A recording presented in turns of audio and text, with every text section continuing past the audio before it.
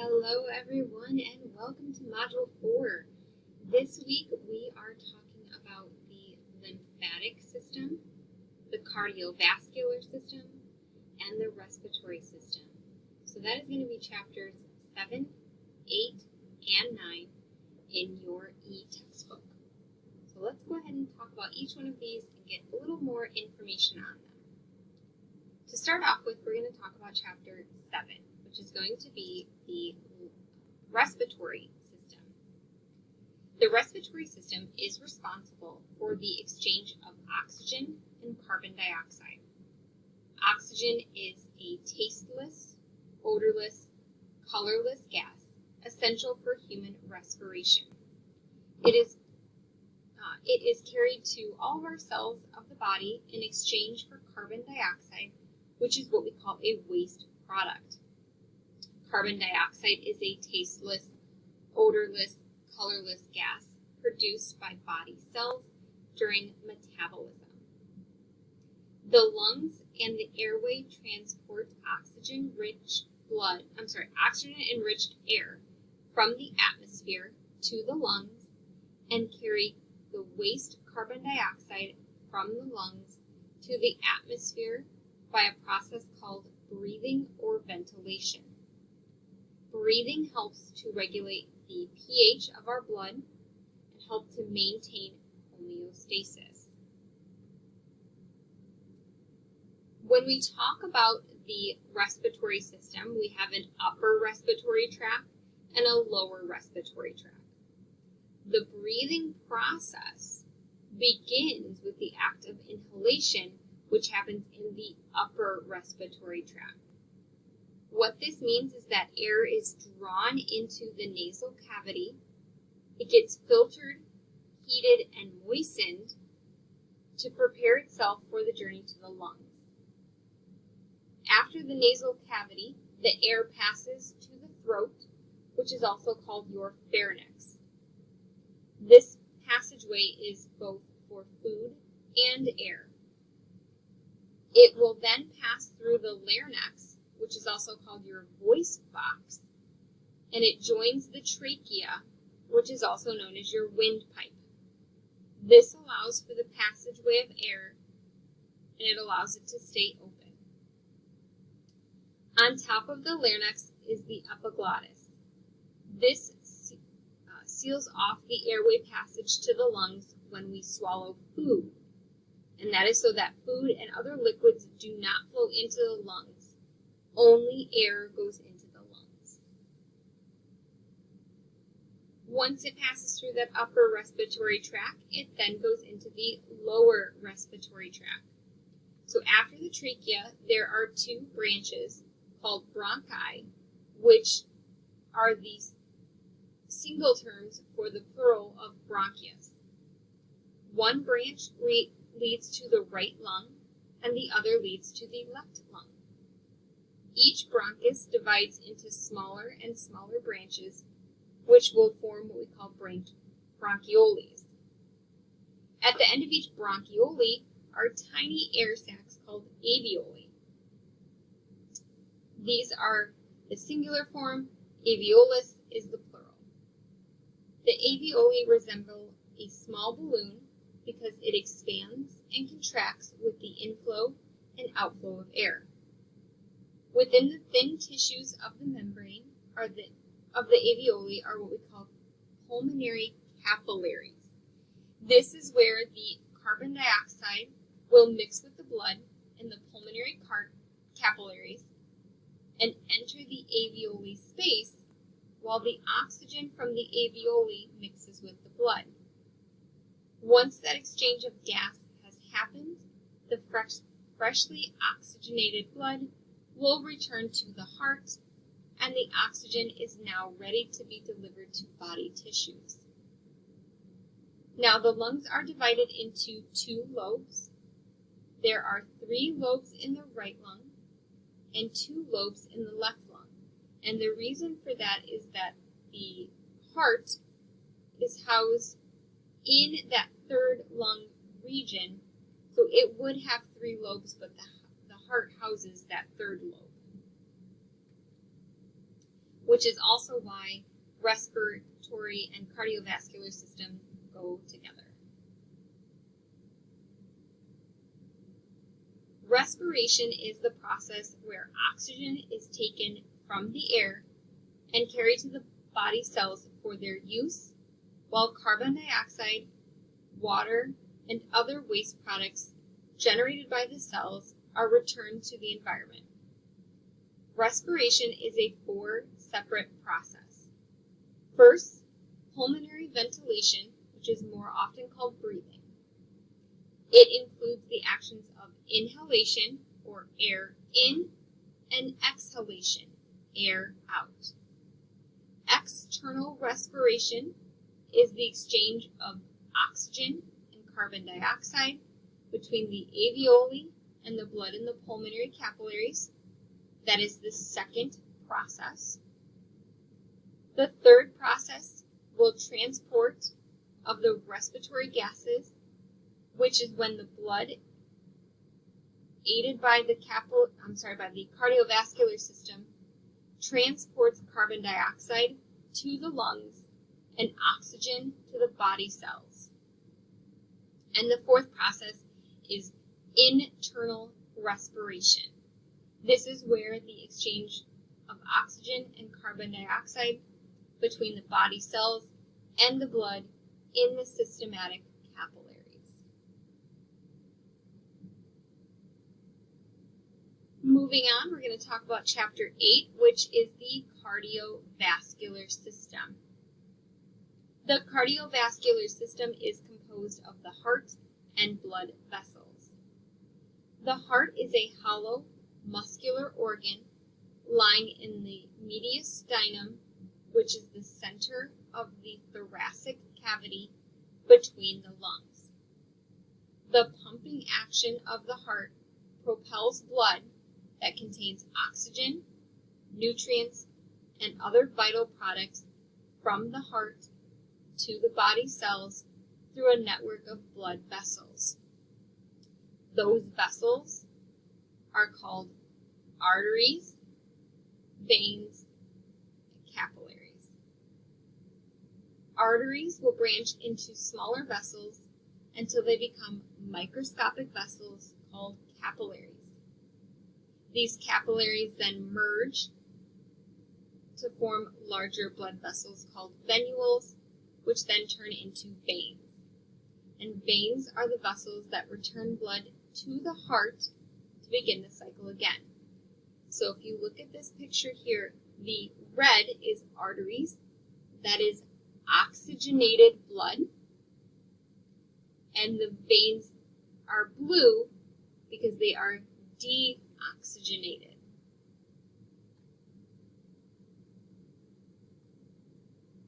The vascular system has three main types of vessels, which carry blood throughout the body. Each of these vessels differ in structure and function. The first one we have is arteries. Arteries will carry blood from the heart to all the cells of the body. Arteries need to be strong and flexible as they need to withstand the surge of blood that comes with each contraction of the heart.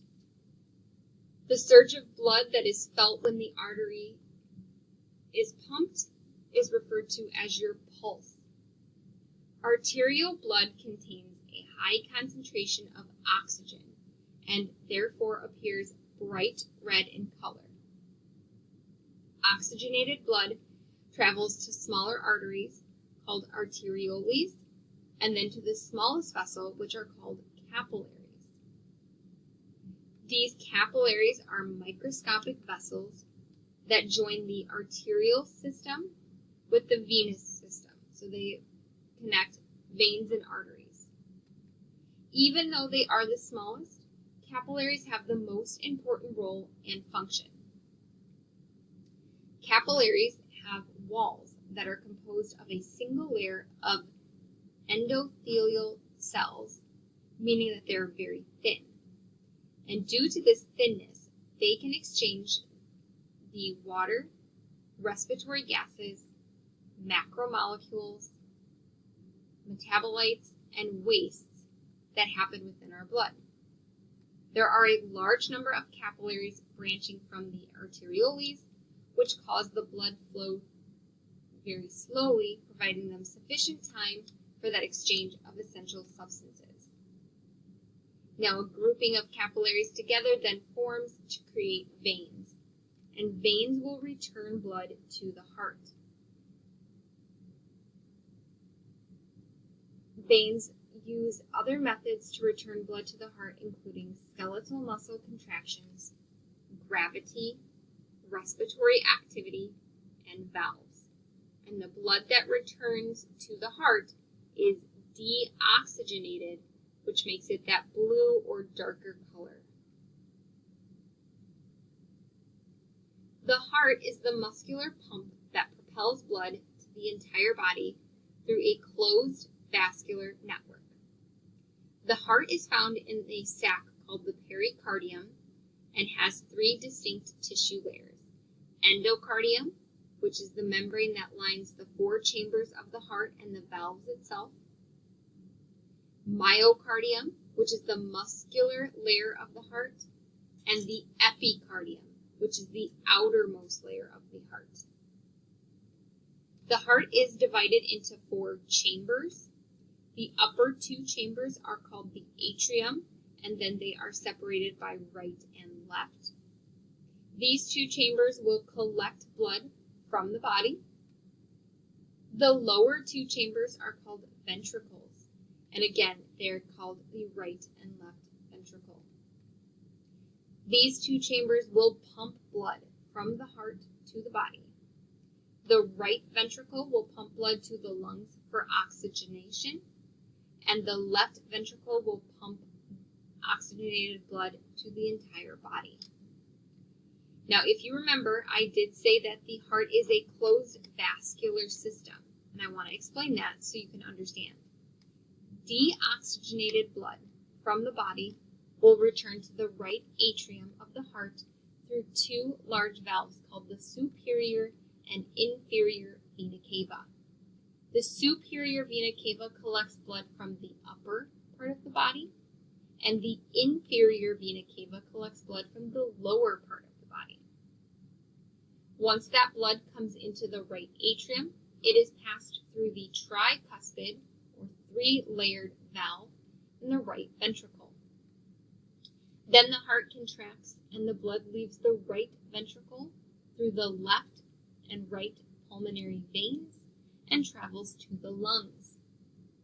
When it reaches the lungs, the pulmonary arteries branch into millions of capillaries and then into alveolus. This is where carbon dioxide in the blood is exchanged for oxygen that has been drawn into the lungs during inhalation. The pulmonary capillaries then unite to form the pulmonary veins, two for the right and two for the left. These vessels then carry oxygenated blood back to the heart, deposit the blood into the left atrium. From there, the blood will pass into the left ventricle through the mitral valve, which is also known as a bicuspid or two-layered valve. Then the ventricles will contract, causing the oxygenated blood to leave the heart through the largest artery in the body, the aorta. The aorta then branches into many smaller arteries that carry blood to all parts of the body.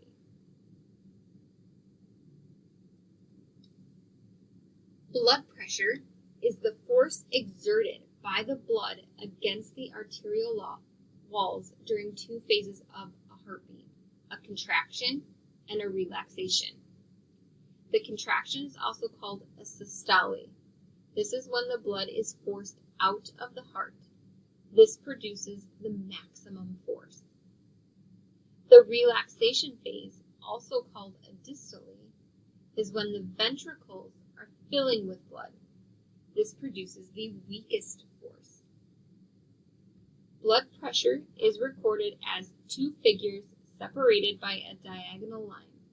In other words, a fraction. So for example, a reading of 130/90 means that the patient has a systole of 130 and a dystole of 90. This is a vital sign that is typically taken to give a provider a snapshot of how the patient's heart is doing. Not all of you will be performing these, but it's good to have a basic understanding of what a blood pressure is.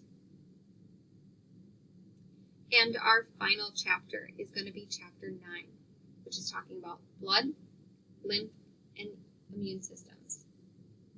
The blood, lymph, and immune systems share common cells, structures, and functions. Although the blood, lymph, and immune systems are discussed separately, their functions and structures overlap. Blood is the body tissue composed of cells suspended in a liquid medium called plasma. Two important blood cells, monocytes and lymphocytes, provide protection to the body against invasion by disease, causing organisms and other harmful substances. These two blood systems are considered part of the immune system. Plasma, now in the form of interstitial tissue fluid, exchanges its beneficial products from cellular waste found in the surrounding tissues. After the exchange of products, some of the interstitial fluid enters an extensive network of lymph vessels as lymphs and become other parts of your lymphatic system. The biggest thing to take away from this is that this is our system of defense. Blood makes up about 8% of all body tissues, and it is essential to life. Blood is connective tissue composed of a liquid medium, again called a plasma, and solid components, which are erythrocytes, or red blood cells, leukocytes, which are white blood cells, and thrombocytes, or platelets. Red blood cells transport oxygen and carbon dioxide, and they are the most numerous of the blood cells. Red blood cells will live about 120 days and then rupture. White blood cells, or leukocytes, will protect the body against invasion by pathogens and foreign substances. They will remove any debris from the injured tissue and aid in the healing process. White blood cells are crucial to the body's defense against diseases.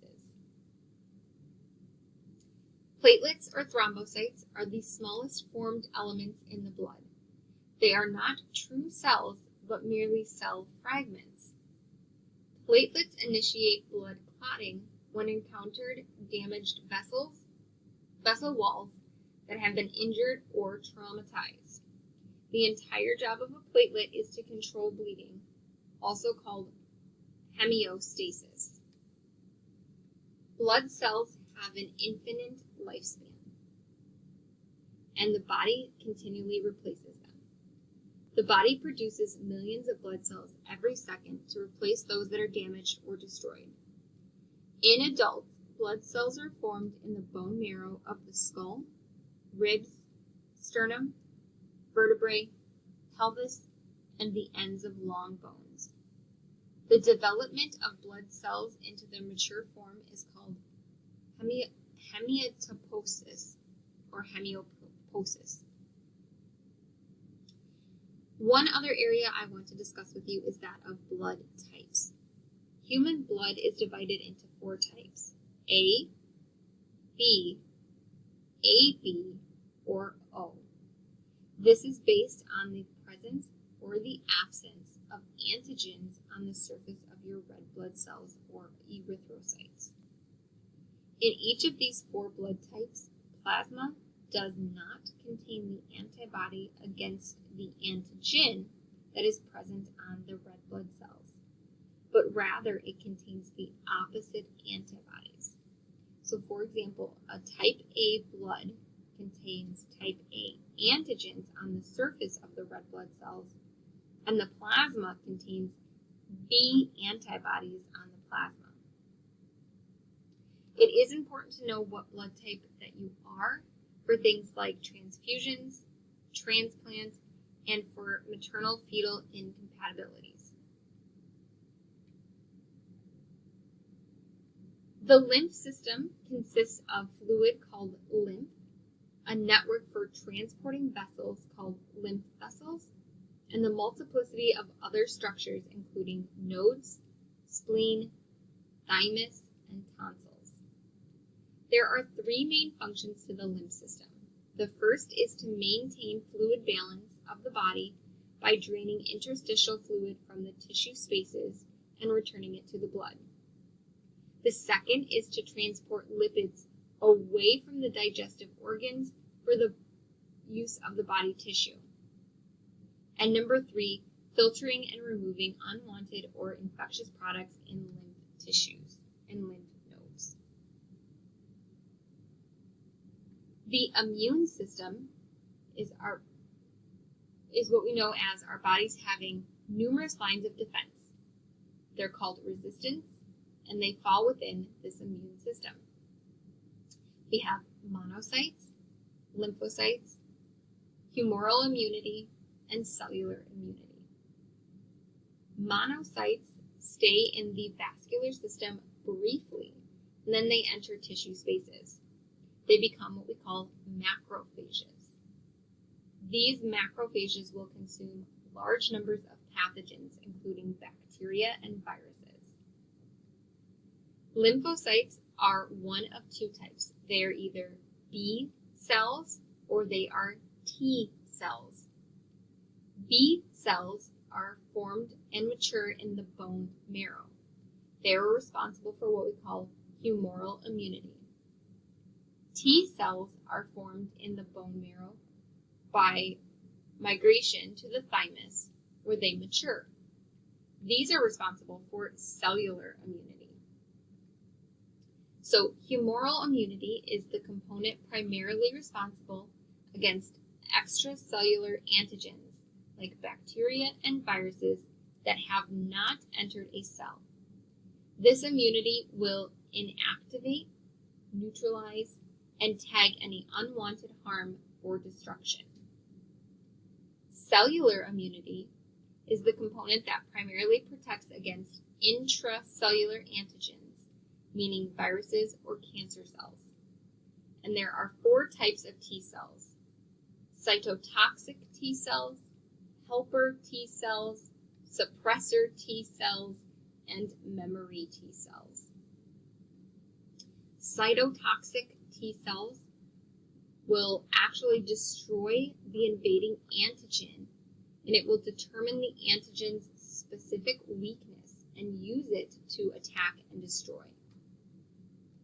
Helper T cells are essential to the proper functioning of both humoral and cellular immunity.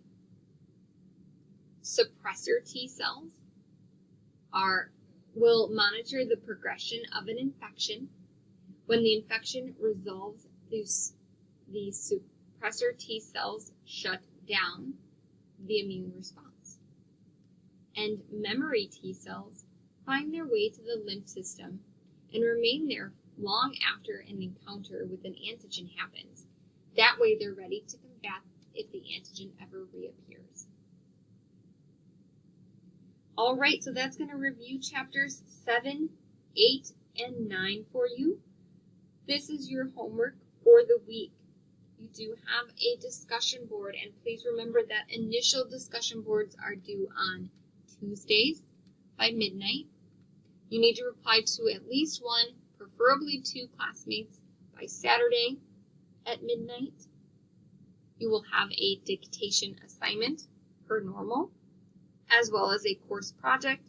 And this week, your course project is on laboratory and diagnostic test results. You have a quiz that you will have to complete and a live classroom assignment.